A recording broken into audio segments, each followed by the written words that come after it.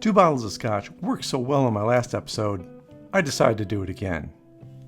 Let's do this.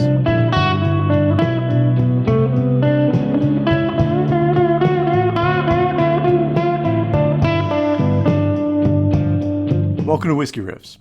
If this is your first time here, my name's Kevin, and thank you for stopping by. My return to Scotch has been so enjoyable that I thought I'd follow up last week's episode with another 2-bottle episode. This time it's a little different because both these expressions are from the same distillery and have very similar aspects to them. The Glenfarclas 15 year is 46% ABV. I bought it for $75 at the actual distillery, and it's a little different because it's a 700 milliliter bottle because it's a UK edition. And the nice thing about it is it's non-chill filtered and has natural color. The Glenfarclas 17 is 43% ABV, so a little bit lower. I paid $120 for it at the whiskey shop here in San Francisco. I also saw it for a little bit lower around town for $95. And it is also natural color like all the Glenfarclas distillery expressions, but this one is chill filtered because of the lower ABV. Other similarities, in addition to them both being natural color, they both have been aged in European oak casks, Oloroso sherry oak casks, and they have similar years. This one's 15, this one's 17, so I'm not expecting a dramatic difference between these two. I'm expecting the colors to be very similar because they are natural color, and all this color is coming from the European oak casks and that sherry influence. We're not going to see a lot of differences in many aspects of these two drams, but I am interested in figuring out if there's any subtle differences in either one of them that may come out because of maybe the ABV difference or the chill filtration. Now, what's unique about Glenfarclas is it's still a family-owned distillery. It has been family-owned for over 150 years. They're on their 5th and 6th generation of family members that have been running the distillery, which, you know, that's just not common anymore. As much as I like a lot of distilleries like Glenmorangie, Ardbeg, Lagavulin, Laphroaig, Talisker, they're all owned by the bigger conglomerations like Suntory, LVMH, and Diageo. You know, so it doesn't mean that family-owned is better. It just means that they're different. And sometimes when you're under an umbrella of a bigger corporation, you have to do a little compromising. No time like the present to dig into the nose. I'll start with the 15. I'm going to get a little bit more alcohol burn on this one because of 3% more ABV. But I am also getting that lovely sherry cask note.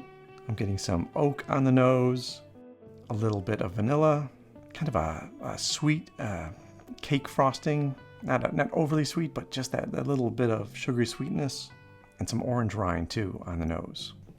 Ooh, that sherry taste, that covering your mouth, your whole palate with sherry notes, the dark chocolate, the raisins, the lovely dark berries, maybe some blueberries, and some kind of the cinnamon finish for me. There's a lot of linger and a lot of finish to this, and pretty nice for a 15-year-old whiskey. I'm even getting a little butterscotch on the nose when I go back into it. What I like about this is that it is a very reliable brand. When I buy a Glenfarclas, I know what I'm going to get. I know it's going to be a certain quality level. I don't think it knocks my socks off, but I'm always enjoying a dram of Glenfarclas. I've been buying it for years, mainly because the price point for some of their expressions is really good. Like, I used to be able to get I don't know if I still can, but the 12 year was easy to get at around $50 or even a little bit less sometimes. And when I would go out and try to get their, I don't know, the 25 year, I think it was, I was paying $150 for that, for a 25-year-old whiskey. Glenfarclas has done a really good job of trying to keep their expressions affordable and within reach, and I appreciate that. Let's take a look at the 17, see if we can find anything different than we did on the 15. Well, that's very strange because I'm getting a leather note on the 17. Yeah, it is different. It's not as sweet. It's a little toned down. Yeah, I'm not getting as much sweetness on the nose. I'm getting the leathery notes. I'm getting a little vanilla, and I'm getting some tannins Oh, and I say they're tannins. Okay, now there's some berry sweetness there when I linger for a few more minutes. Or moments. Minutes, moments. I want to say I'm getting grapes now on the nose. That's very interesting. For being so similar of whiskeys, there's differences in the nose. I am getting the sherryness. I am getting the sherry notes on this 17 as well, but it seems to be less sweet, more wood spice. I'm getting more of that dryness from the wood. And for me, it's not as long of a finish. Yeah, I am getting more of a finish on the 15 than I am the 17. Yeah, the 17 is more spice. The 17 is more harshness to it. Considering it's a lower ABV, that's a little weird. And now I'm getting a finish on it. But I think the sherry notes are more subdued. I'm getting more dark chocolate. And I'm getting more of the, not bitter, but less sweet edge to it than I was on the 15. Yeah, I actually like the taste of the 15 better than the 17. Let me put some water in these and see if that affects it at all. Just a few drops for each because I don't want to go overboard with either of these. Neither one's at high ABV level. Lovely oils that are moving about as I dribble the water in these.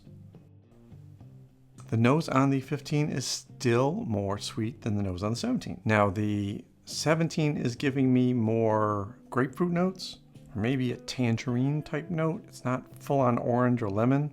Still getting a little bit of a leather note, but a lot more citrus now on the nose. And the 15 is still sweetness. Yeah, 15 sweetness, 17 more citrus. Did soften up the initial spiciness of it, but the finish is still spicy, and the 17 still has more of the dark chocolate notes and less of the fruitiness of a sherry. The 15, I'm getting less fruity notes on the taste, and I'm not sure if that's because water went the wrong way with it or if I'm just tasting more of the spicy and finished notes now. Yeah, the more water I've added to the 15, the more it tastes like the 17, which means I've lost a little bit of sweetness on the taste, and I'm not getting as nice of sherry notes. I think it was really nice at 46. I kind of wish, no, I don't kind of wish, I really wish they would bottle the 17 at 46%. And I'm gonna have to take a look at their other expressions and see if we have more options. Now, I've done a review of the Glenfarclas 105, which is cask strength, and that is definitely a different flavor profile. You can see that. I'll put the link in the description below. And I just wish these were on the same par as far as ABV. I would hesitate to say that chill filtration is doing that much of the flavor, but maybe it is. You know, that's one of those debates that we could have all day and all night, and we don't have too many facts to work with unless you took the same exact expression, chill filtered one, didn't chill filter the other, and tried them side by side. If you've had the experience of that, if you've been able to do that with two expressions that are identical except for the chill filtration, I'd love to hear about that in the comments below. And if you've had experience with Glenfarclas, I'd also like to hear about that in the comments below. Let me know if you have a particular expression from them that you appreciate more than others. I have always kind of bought both the 12 and the 25. Those are kind of the two I jumped back and forth between. When I felt a little extra flush with money, I'd go for the 25. I don't know if I've ever had the 21, but I'd love to hear your thoughts about that one.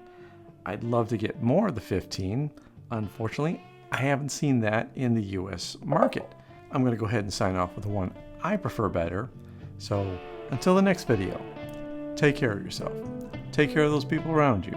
And cheers.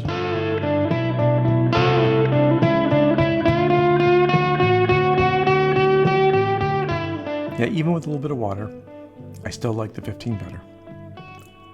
Probably can't get it right now, so I'll have to nurse this bottle a little bit.